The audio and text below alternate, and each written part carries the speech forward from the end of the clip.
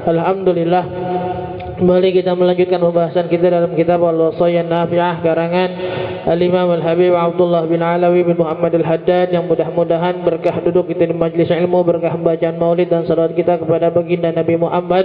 Allah jadikan ilmu kita ilmu yang manfaat dunia dan akhirat. Allah kabulkan segala macam doa kita dan hajat kita. Allah mudahkan urusan kita dunia dan akhirat. Amin ya rabbal alamin. Melanjutkan pembahasan kita dalam nasihat beliau sampai kemarin terakhir beliau katakan wa ahsinil muhafazata ala salawatil khams. Jaga baik-baik ya salat waktu yang 5. Ya, tadi baru kita lihat salah satu postingan tuh Habib Ali Bagi Rasegaf, ya, salah satu ya, lulusan Hadramaut juga dalam bidang ilmu tauhidnya, masya Allah beliau ya, dalam postingan di situ beliau sowan ke Gus Baha. Ya, apa silaturahmi ke Gus Baha, mudah-mudahan nasihat Gus Baha katanya sedikit. Dan salah satunya yang beliau sebutkan, jangan lupa fardu ain, baru yang lain nyusul. Yang penting itu fardu ain. Kalau kurang lebih bahasa Inggris, yang penting itu yang fardu ain. Selesainya baru, selainnya baru nyusul. Ya, kalau mau ngaji, mau diperbaikin, fardu ain kita perbaikin. Ya, sholat kita perbaikin. Ya, wudhu kita perbaikin. Baca Quran kita dengan tajwidnya perbaikin. Ya, itu fardu ain semua tuh. Ya, zakat kita, haji kita, fardu ain semuanya. Ya, yang lainnya baru nyusul. Ya, mungkin beliau melihat salah satu fenomena orang-orang sekarang, ya, di mana ketika mereka semuanya ya banyak hadir di majlis-majlis besar, ya, majlis-majlis tasawuf dan lain-lain, ya, tapi lupa dengan fardu ain nih. Ya, hadir dengan istighosahan, hadir dengan tabligh akbarnya dan lain-lain, bukan berarti itu nggak penting, bukan penting. Ya, kalau kata Imam Haddad likulli syai'in maqam. Ya, ada posnya masing-masing bahasa kita mungkin gitu. Ada kapan kita harus ceramah umum kayak 7 harian, 40 harian, ceramah nikahan. Ya, jarang-jarang kita buka ceramah nikahan bawa lekar kan. Ya, besok bulan mau nikah usah ceramah dong bawa lekar, kita bawa lekar MSI, mau kita apa-apaan? Ya, nasoi dinia, risalah muawana, wasaya nafi, enggak ceramah umum. Ya, atau dalam dalam momen Maulid kayak sekarang. Ya, dalam momen Maulid kayak sekarang ini ceramah umum, ceramah yang memotivasi, membangkitkan cinta kita sama Nabi. Setelahnya enggak harus ada di pengajian fardu ain nih. Fikihnya, ya, tauhidnya, tasawufnya. Ya, jangan cuma hadir tempat-tempat besarnya, ya, tabligh akbarnya, maulid mingguannya, tapi enggak mau hadir di pengajian kitab, ya, jangan. Ya, terus apa kata beliau? Allati hiya minaddin, yang mana salat itu ya hiya minaddin, salat itu di posisinya dalam agama bimanzilatil imad war ra's. Posisinya sama dengan posisi pondasi tiang pada satu bangunan, ya, atau posisi kepala pada satu badan. Kalau kita bangun sesuatu itu hal yang paling pasti banget tuh harus ada tiang yang pasti. Kalau mau disebut bangunan yang beratap, ya, kalau disebut bangunan yang beratap, dan kalau memang kita gelar karpet nggak bisa disebut bangunan. Ya, aneh abis bangun karpet nih, apaan? Mau karpet bangun? Ya, aneh abis bangun karpet, nggak ada bangun karpet. Tenda bangun, rumah bangun, masjid bangun, ya, hotel bangun, dan semua yang dibilang dibangun itu pasti ada tiangnya. Kalau nggak dibangun mah nggak ada, bukan bangunan namanya. Nah, kalau itu punya bangunan harus ada tiangnya. Ya, tenda ada nggak tenda tiangnya? Ada kan? Ada pondasi. Gimana caranya kalau tenda itu bisa atasi atapnya berdiri kalau nggak ada tiangnya? Ya, meskipun beda, tiangnya agak lentur gitu, dari sini nyambung ke sono, letter U gitu, tapi kan ada tiang, ada pondasinya kan? Ya, gimana itu atap bisa berdiri? Ya, kalau nggak ada tiangnya. Ya, kalau dibilang, tapi ada syair tuh Ustaz. Syair apa? Syair seorang ulama tentang kemuliaan ilmu. Ya, kenapa memang dikatakan al-ilmu yarfa'u baitan la asasa laha. Ya, wal jahlu yahdimul baital izzi wasyarafi. Yang namanya ilmu itu yarfa'u baitan la asasa laha. Namanya ilmu itu bisa mengangkat rumah yang enggak perlu pondasi dan tiang. Tuh, berarti ada dong rumah nggak pakai pondasi dan tiang. Bukannya ada, bukan. Itu mubalaghah. Apa yang mubalaghah? Ya, berlebih-lebihan dalam menggambarkan kemuliaan ilmu. Kalau seandainya ada rumah nggak pakai tiang, ilmu nih kemuliaannya masih bisa ngangkat rumah biar kelihatan sempurna. Kasarnya kalau ada kiai, ustadz rumahnya jelek, tetap adanya dia di situ jadi sempurna tuh rumah. Adanya orang berilmu di rumah jadi bagus. Jadi dengar cerita banyak ulama-ulama yang dipenjarakan. Luar Batang. Terus Imam Ahmad bin Hambal. Terus Imam Bukhari. Yang akhirnya ketika mereka di penjara jadi penuh, jadi istimewa kayak majlis alim, orang-orang setiap hari ziarah, yang ngejenguk, yang minta ilmu. Penjara nih, ya seakan-akan jadi pondok pesantren dengan adanya mereka di dalam. Ya rafa'u baitan la asasalah wal jahlu yahdimu baital izzi wasyarafi. Kebalikannya, kebodohan akan menghancurkan rumah meskipun rumah itu dibangun dengan kemuliaan dan kemegahan. Ada rumah megah banget, semua orang nggak punya ilmu dalamnya, entah ilmu agama wala ilmu dunia, hancur, habis, rugi, bakal bangkrut. Tapi rumah yang jelek, orang yang pintar dunia bisa dapat keuntungan direnovasi. Ya pintar agama, jadi itu kelihatan cahaya agama dari dalam rumahnya. Jadi syair itu nggak menggambarkan bahwasanya rumah itu nggak pakai pondasi, enggak. Cuma ini berlebih-lebihan memberitahukan segitu mulianya loh ilmu. Kalaupun ada rumah yang jelek, rumah yang nggak pakai pondasi, kalau ada ilmu jadi terang dari cakap rumahnya. Kalau nggak ada ilmu, mohon maaf, tuh rumah dipakai buat main judi, dipakai buat mabok-mabokan, dipakai buat zina, na'udzubillah. Apa yang mesti dibawanya? Mau kata tiang, ini gede, atau rumah-rumah versi Indosiar kalau kita bilang. Yang depannya selalu ada tiang-tiangnya di depan tuh, nggak ada mulia-mulianya nggak. Ya sholat sama nih, sholat dalam agama. Ente kalau agama ente pengen dianggap bangunan yang bagus, kalau ente nggak sholat, ente tuh bangunan yang nggak punya tiang. Kegambar nggak bangunan yang nggak ada tiang? Enggak ada, kita bilang tuh, kegambar nggak bangunan nggak pakai tiang? Bisa nggak dirinya satu bangunan nggak pakai tiang? Nggak bisa. Ya udah, berarti nggak mungkin ada agama di mata Allah kalau orang tuh nggak sholat. Dan kali-kali kita bilang, mohon maaf, naudzubillah, kategori dibilang nggak sholat itu bukan berarti cuma sekedar nggak sholat, tapi sholat yang salah juga dipandangnya nggak sholat. Dari awal Nabi udah bilang, shollu kama ra'aitumuni usolli. Inti kalau mau sholat kayak saya. Sholat yang paling top yang dilakukan seseorang adalah yang paling mirip dengan Nabi keseluruhan, dari mulai takbir sampai salam. Tapi kalau nggak bisa, contoh Nabi dari bagian-bagian wajib yang beliau ajarkan ke orang. Ketika beliau melihat orang sholatnya salah, dikasih tahu sama Nabi, idza aradta sholata fakabbir. Kalau kamu mau sholat, pertama kali kata Nabi takbir, tsumma qra'il Fatihah. Habis itu baca Fatihah. Tsumma qra' ma tayassara minal Qur'an. Habis itu kalau bisa berarti beda nih. Pemerintah yang pertama, kalau bisa baca surat-surat lain nih yang inti apal, yang inti bisa. Tsumma rka' hatta tarka'at mutma'innan. Hatta tatma'inna raki'an, sampai kemudian ruku. Sampai rukunya itu ente tumanina. Tsumma rfa', habis itu dari hatta ta'tadila qa'iman, sampai i'tidal, ente tumaninanya lempeng dirinya. Makanya kalau kita bahas fikih, i'tidal ada syaratnya, badannya harus lempeng. Enggak bisa sami Allah liman hamidah, Allahu akbar. Tsumma sujud maratain hatta tatma'inna sajidan. Habis itu sujud 2 kali. Dan dengan dalam keadaan harus tumanina, wajlis bainahuma, duduk di antara keduanya. Tsumma fa'al dzalika fi baqi raqa'atik. Habis itu lakukan itu gerakannya hampir sama di rakaat yang tersisa. Berarti ini perintah dari Nabi, wajibnya sholat minimal kayak gini. Kalau paling topnya udah semua sunah-sunahnya sama, nggak bisa ini yang wajibnya ambil, wajibnya salah juga, itu nggak sholat berarti. Itu jadi guru, jadi ustaz, jangan begitu dong, jangan kasar-kasar. Umat butuh umat butuh pencerahan. Umat butuh dai yang lemah lembut. Umat butuh dai yang penuh kasih sayang. Justru ini pencerahan. Sholat itu salah. Emang ente kira kalau Nabi lihat ente sekarang sholatnya salah, Nabi bakal diam? Mustahil. Loh, kenapa ente bilang mustahil? Kayak kenal Nabi aja. Loh, ada hadisnya. Ada orang sholat enggak sempurna wudunya. Kata Nabi, irji' fa innaka lam tusalli, ulangin sholat ente, wudu ente belum sholat.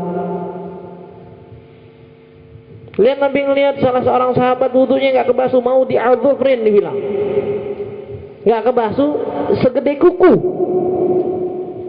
nggak kebasuh segede bukan kukunya doang, maksudnya ada bagian yang kebasuh kecil doang. Nabi lihat, irji' wa kamil wudu'a, balik wudu itu belum sempurna. Kalau seandainya umat atau seorang ustadz, seorang kiai, ya, para guru, para mu'alim, masyayikh, habaib kita yang katanya lemah lembut itu harus diam ketika orang sholat salah, mereka nyontoh siapa berarti? Dia ngasih tahu, ente salah, ente belum dinilai sholat di mata Allah kalau begitu. Wah parah ente, orang udah sholat gak dihormatin. Nabi begitu dulu. Ada orang Badui sholat, orang Badui berarti orang kampung, datang ke Madinah sholat. Ya, orang yang lagi di luar sholat bersin kan, ya bersin, ngucap alhamdulillah lagi sholat, yarhamukallah. Sahabat ngeliatin, wah tidak ada apa yarhamukallah nih, ngeliatin balik sama dia, malah kata turun, itu nggak udah ngeliatin, kata Nabi biarin, biarin, tidak kelar dipanggil, ya fa inna kalam tusalli, itu nggak sebelum sholat, kok bisa ya Rasulullah, inna hadhihi sholat, sholat ini gak bisa digunakan li kalamil adami buat ngomong sama manusia. Innaha Quran wa dzikir, isinya cuma Quran dan zikir. Kasih tahu Nabi, orang Badui kasih tahu. Orang Badui, orang kampung yang mungkin kalau Nabi bilang bisa, ya udah kasihan deh, biarin dulu deh gitu. Beda kasusnya dengan apa namanya, dengan orang Badui yang kencing di masjid. Bahkan masjid juga ngejaga kebersihannya juga wajib. Kenapa beda dengan sholat? Beda. Kebersihan masjid saat itu, ya kenapa Nabi biarin orang itu kencing di pojokan dan sahabat dilarang buat mukulin? Karena kalau dipukulin ujung-ujungnya bakal lebih banyak nantinya. Belum nanti dia lagi kencing lari, bisa sakit ntar, bisa kena batu ginjal ntar, berbahaya malah buat nyawanya. Makanya dimaklumin Nabi saat itu, dikasih tahu, habis itu masjid pun dibersihin sebagai tanda tindakannya salah. Tapi kalau sholat didiemin, mau sampai kapan nggak dikasih tahunya? Dan ini harus dikodok kalau dia salah. Sedangkan maksiatnya nggak perlu dikodok, dikasih tahu, suruh tobat, kelar. Sholat tobatnya diulang, dikodok sholat yang pernah ditinggalin, bukan cuma istighfar. Ya Allah, ini pernah ninggalin sholat, berarti ini sampai umur 20 salah. Terus gimana istighfar aja 20.000? Enggak ada. Qadha ente. Habib Abdullah bin Husain bin Zahir nyebutin, wa syaratit taubah wa min syurutit taubah qada'uha lima fatahu minal mafruḍah atau minal fariḍah. Dan salah satu syarat tobat kata beliau adalah dia mengqadha hal-hal yang wajib yang pernah ditinggalkan. Bukan istighfar. Kalau ente pernah mabuk istighfar. Kalau ente pernah zina istighfar. Tapi kalau ente ngambil duit orang istighfar, aku juga pengen nyolong kalau gitu. Iya enggak? Kita cari. Apalagi sekarang mencuri gampang. Kemarin kita baru baca beritanya kan tuh ya, yang hacker tuh ngebobol duit 240 miliar dalam 20 menit. 240 miliar, minta 20 miliar aja dah. Gue beliin pancoran dan sekitar kali itu. Kita beli pancoran sekitar, Darussalam punya parkiran besok. Gak usah numpang lagi di masjid. Masjidnya pakai AC semua, udah gue beli udah. Habis itu gimana Ustaz? Oh, kita bareng-bareng kita baca Fatihah, mudah-mudahan Allah ampunin dosa aneh. Selesai. Atau enggak kita bayar orang-orang buat istighfar. 7 hari 7 malam di rumah. Kita adain majelis istighfar. Yang bisa hadir, kita mau istighfar dari malam sampai pagi. Anda butuh 20 orang aja. Kita baca 7 hari istighfar. Dari jam 10 malam, jam 9 malam sampai subuh. Wah, berat banget guru. Per orang gopek. Jadi nggak ada yang berat dibilang per orang gopek. Jadi ini baru 20 orang. Baru 10 juta. 7 hari 70 juta doang. Masih 200 miliar duit gua. Tenang aja, duit gua masih 200 miliar. Misalnya saya berarti enak begitu. Nggak ada tuh dosa-dosa yang merugikan orang. Tidak cuma dengan istighfar, nggak ada. Sama dosa itu, sholat berarti sholat merugikan Allah dong. Kita nggak sholat merugikan, enggak, sholat nggak merugikan Allah, tapi digambarkan sholat itu milik Allah. Ketika ente diwajibin, ente belum bayar nih, belum ngebalikin, makanya nggak bisa. Ente hutang sama aneh, tanggal berapa? Tanggal 20 saat janji, itu tanggal 25 belum bayar, udah saatnya maaf ya, tanggalnya udah lewat, jadi nggak bisa dibayar nih. Ya udah lewat bayar, justru malah sekarang lebih cepat, usahain cepetan bayar. Ngapa jadi tinggal 20 lu bilang gratis? Enak kalau begitu. Ngutang 20 juta ngilang dulu ke Jawa. Baik lagi tanggal yang udah dilewatin, selesai gitu. Nggak ada. Ya, hati-hati tuh. Warok seminal jasad, dan gambarannya seperti kepala di satu badan. Lihat dari kaki, kakinya putih, masya Allah. Perutnya, apa namanya, roti kasur, roti kasur nempel. Dadanya bidang tanah wakaf musola. Sampai leher masih keren, sampai atas paleka agak nih. Buat apaan? Orang nggak punya kaki, naudzubillah, masih bisa hidup gak? Bisa. Orang nggak punya tangan bisa hidup gak? Bisa. Dan kita ngelihat banyak ini sedangkan nyari di YouTube, di Instagram, lihat. Bukan maksud ngeremehkan mereka. Ada orangnya hidup setengah badan, tapi dari perut ke atas. Nggak ada setengah badan dari kaki ke bawah. Lo mau ngomong sama siapa? Lo bayangin yang hidup dari pusar ke bawah. Lo ngomong sama siapa? Lo mau bagian mana? Lo mau ngomong bagian mana? Lo mau tegur? Depan salah, belakang salah nih. Iya kan nih. Kalau yang hidupin dari pusar ke bawah, ngobrol ke depan salah, ngobrol belakang salah. Agak ada enak-enak ini. Tapi kalau orang setengah badan hidup. Karena kebanyakan organnya di atas. Dan kepala yang paling penting. Kita belajar ilmu biologi. Sedikit banyak itu belajar ilmu biologi, namanya pergerakan manusia itu direspon dari otak. Otak sebagai CPU-nya kan. Otak yang memberikan perintah direspon sama badan. Begitu kurang lebih. Kalau nggak salah. Namanya juga guru agama. Salah-salah dikit wajar. Enak kalau salah, punya alasan enak ya. Tapi memang begitu kan, otak itu yang otak itu memberikan perintah. Jasad itu semua respon dari perintah yang diberikan oleh otak. Makanya sekarang kan yang lagi candaan begitu kan ya. Ketika badannya pengen apaan, tapi otaknya perintahnya lain. Pengen duduk malah loncat. Karena memang dia hatinya pengen duduk di hati, tapi otaknya nyuruh loncat jadi. Ketika otak dan hati gak sinkron begitu kan jadi kan ya. Hatinya pengen apaan, otaknya mau pengen yang lain, gak sinkron jadinya gitu. Pengen nyebutnya apaan, jadi apaan. Hati kita lagi ngomong sama orang nih, ada yang ngomong sama dia nih gitu. Tapi otakku mikirin yang lain. Contoh pas jawab, lagi ngomongin apa? Ngomongin motor. Iya, enak tuh kebabnya. Hah?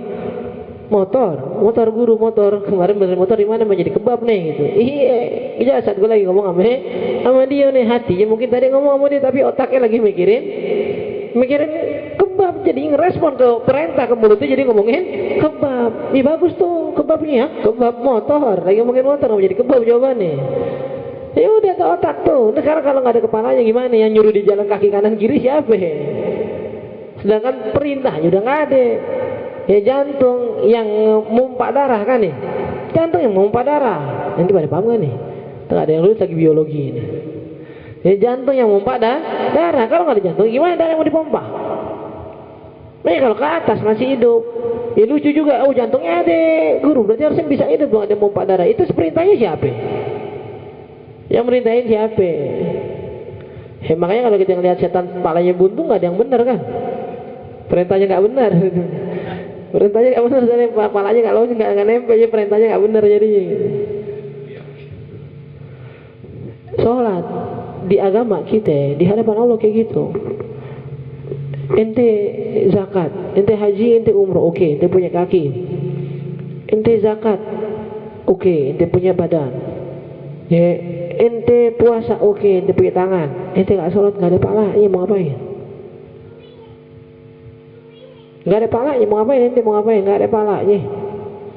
Dan bagian yang kalau dipotong langsung mati, apaan? Pala. Makanya hukum panjang kepala, nggak ada hukum panjang tangan dulu. Nyiksa namanya. Dari kebaikan Islam itu hukum panjang posisinya di kepala. Kenapa? Karena kalau dipotong badan di setengah masih bisa hidup, dia kesiksa. Tapi kalau kepala mati.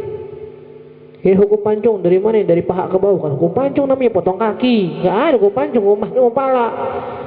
Ya, makanya juga kalau seandainya sahabat atau Nabi menceritakan tentang tentang masalah jihad kan, dia dribu ra'sah. Di mana? Dipukul kepalanya, maksud dipukul kepalanya, ditebas kepalanya, itu mati itu namanya, ngebunuh itu. Seorang mau cakap kayak gimana, nggak ada kepalanya, mau ngapain?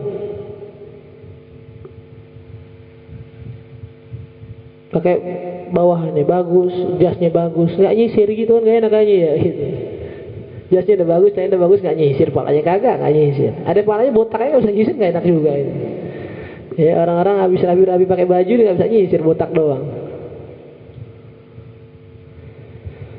Wa asy'ir qalbaka fi kulli hal. Nah, yang terakhir nasihat beliau nih di paragraf ini. Tadi lanjutin juga sih di istilahnya apa? Wa asy'ir qalbak, rasakan dalam hati kamu fi kulli hal, di setiap keadaan. Setiap keadaan nih. Berarti ketika kita mau makan, ketika kita mau minum, ya ketika kita mau macam-macam dah, entah itu baik atau buruk. Itu. Ya, wa asy'ir qalbak, dan masya Allah yang disuruh rasakan hatimu, bukan rasakan badanmu, bukan. Karena kalau rasain badannya, mohon maaf, dalam kebaikan kita akhirnya bisa berpura-pura, entah itu buat Allah atau buat manusia. Tapi ketika dikatakan wa asy'ir qalbak, rasakan pada hati kamu. Ketika kamu mau ngajar, mau ceramah, hati lo rasain. Buat siapa ini ceramahnya? Buat Allah, buat viewer, buat amplop. Jadi ketika ente mau salat, wa asy'ir qalbak, rasain di hati. Buat siapa ini salat? Buat Allah, apa buat tetangga, buat orang biar lihat kita rajin. Asy'ir qalbak fi kulli hal, setiap keadaan. Tanya hati kita, rasain di hati kita, kayak ada yang nanya. Ya ittila' maula ka'alik. Allah mandang kita, dan mandangnya bukan badan, mandangnya hati. Jadi yang kita bisikin ke hati, aku mau ngajar mayan nih, ya ntar banyak yang lihat, banyak yang tahu, banyak yang dengar, banyak yang ngasih amplop, banyak yang ngasih hadiah. Orang melihatnya kita masya Allah, duduk megang mic ceramah ikhlas, masya Allah, hati Allah yang tahu. Yang asy'ir qalbak, rasakan di hati kamu, itu berbuat buat apa? Ya kalaupun tujuan inti dunia, wah nih sih tujuannya masya Allah, terserah ente mau apaan, tapi rasakan di hati, Allah tahu yang ada di hati. Wa ihatata ilmihi bik, dan ketahuilah di setiap keadaan lo mau ngumpet di mana ke, ilmunya Allah sampai. Maksudnya ilmunya Allah sampai, kita mau ngapain aja Allah tahu. Ini mau ngumpet di mana? Silahkan. Nah kita bilang muraqabah itu dilatih. Ini kan bawahnya nih, kun muraqiban lahu ta'ala. Maka jadilah kamu orang-orang yang muraqib, yang merasa diawasi. Muraqib itu aslinya yang mengawasi. Kita mengawasi Allah. Ngawasin Allah maksudnya gimana nih? Apa jadi kita yang ngawasin gerak-gerik Allah? Bukan. Maksudnya ngawasin kita di sekitaran kita nih. Ya kita merasa sekitar kita ada Allah, dan memang ada gitu. Cuma perasaan ini kan orang nggak punya semuanya. Sebenarnya Allah tahu, kita yang nggak punya perasaannya. Makanya beliau bilang, timbulkan perasaan itu fi kulli hal, di setiap keadaan. Ente mau ngapain? Mau tidur, Allah tahu. Ente mau makan, Allah tahu. Ente mau minum, Allah tahu. Apa yang ente minum, Allah tahu. Kita nggak pernah nyadar berapa butir beras yang kita makan, Allah tahu. Ya kita nggak tahu tuh, orang nggak tahu. Daging-daging rendang yang kita selipin di bawah nasi, Allah tahu. Bener gak? Ya wah keduaan nih gitu kan nih. Kan orang nggak tahu tuh, kira-kira ini keduaan beneran gitu. Dan emang sendokannya dipanjangin. Orang nggak tahu. Ya kelihatan dari luar nasi doang sama kerupuk. Dia nggak tahu pokoknya tuh ada ayam 2, kredoknya semua di bawah di situ tuh. Allah tahu. Di setiap keadaan kita, makanya kita bilang tadi muraqabah itu dilatih. Kenapa dilatihnya? Sering kita bilang, ngabarinnya ente, ngomongnya ente, nanyanya ente, diskusinya ente, itu tuh buat muraqabah. Jauh kita biar langsung bisa muraqabah kita nih, jauh. Kita langsung bisa. Makanya kayak kemarin kita dengar Syekh Muhammad Muhannad Mesir, ya beliau bilang dari gurunya Syekh Zaki Ibrahim. Ya, beliau bilang ente bakal benar-benar dibilang cinta sama Nabi kalau ente hidup sama Nabi. Hidup sama Nabi gimana? Taran Nabi waqifan amamak. Seakan-akan setiap hari ente ngerasa ada Nabi di samping ente. Itu baru cinta benar tuh. Begitu belum sampai. Ya gimana caranya? Ingat tak kalau sholat di rumah nggak pakai siwak, kalau ada guru pasti tegur nih. Di luar mau macam-macam kalau ada orang tua aku pasti ditegur nih. Ya mau bohong mau gimana segala macam kalau ketahuan pasti ditegur nih. Kalau kan masalah kita bilang kan, ente mau tahu dan ente mau lempeng gampang, ente punya guru semua peraturan dikasih. Ente mau lakuin sesuatu bayangin kalau guru ente tahu ini marah apa enggak? Kalau marah, nggak usah pakai berdalil lagi, pasti salah udah. Bener gak? Kita mau ngapa-ngapain nih? Cuma tanya aja dalam diri kita sebentar aja. Kalau guru gue tahu marah nggak? Marah, berarti salah udah. Kalau usah pakai berdalil lagi udah. Tapi kan begini nih, enggak. Intinya kalau guru tahu, kalau lu nggak perlu dalil lo. Kalau guru tahu salah nggak? Kalau guru tahu marah nggak? Marah, yaudah. Kita mulai merokobah dari situ. Ntar naik. Jangan, gue nggak puas cuma dengan pandangan guru. Apa ya? Wah kalau Nabi tahu kira-kira gimana ini? Sampai ntar naiknya gimana kalau Allah tahu, meskipun apa yang diridhoin sama guru kita insya Allah diridhoin sama Nabi. Diridhoin sama Nabi berarti diridhoin sama Allah. Itu dia yang kita bilang, kalau kita punya sosok guru gampang ikutin mereka. Dan insya Allah guru-guru kita yang ikhlas, yang masya Allah, yang nggak ada yang mereka pengenin kecuali biar kita jalan di jalan Allah, di jalan Nabi, otomatis ngikutin mereka, kita ngikutin Allah, ngikutin Nabi. Ridhonya mereka, ridhonya Allah, ridhonya Nabi. Makanya kita kalau ngelihat para guru kita, para salaf kita muji guru-guru mereka, nggak masya Allah. Mana anak udah jelas itu. Ma ridha ya siwa kullu ma yardhakum. Nggak ada yang saya senengin kecuali yang antum senengin. Yang saya mau yang antum suruh. Yang saya seneng yang antum senengin. Yang saya mau yang antum mau. Kenapa? Karena saya tahu maunya antum pasti murid-murid antum semuanya jalan di jalan Nabi, di jalan Allah. Udah, kita belajar muraqabah.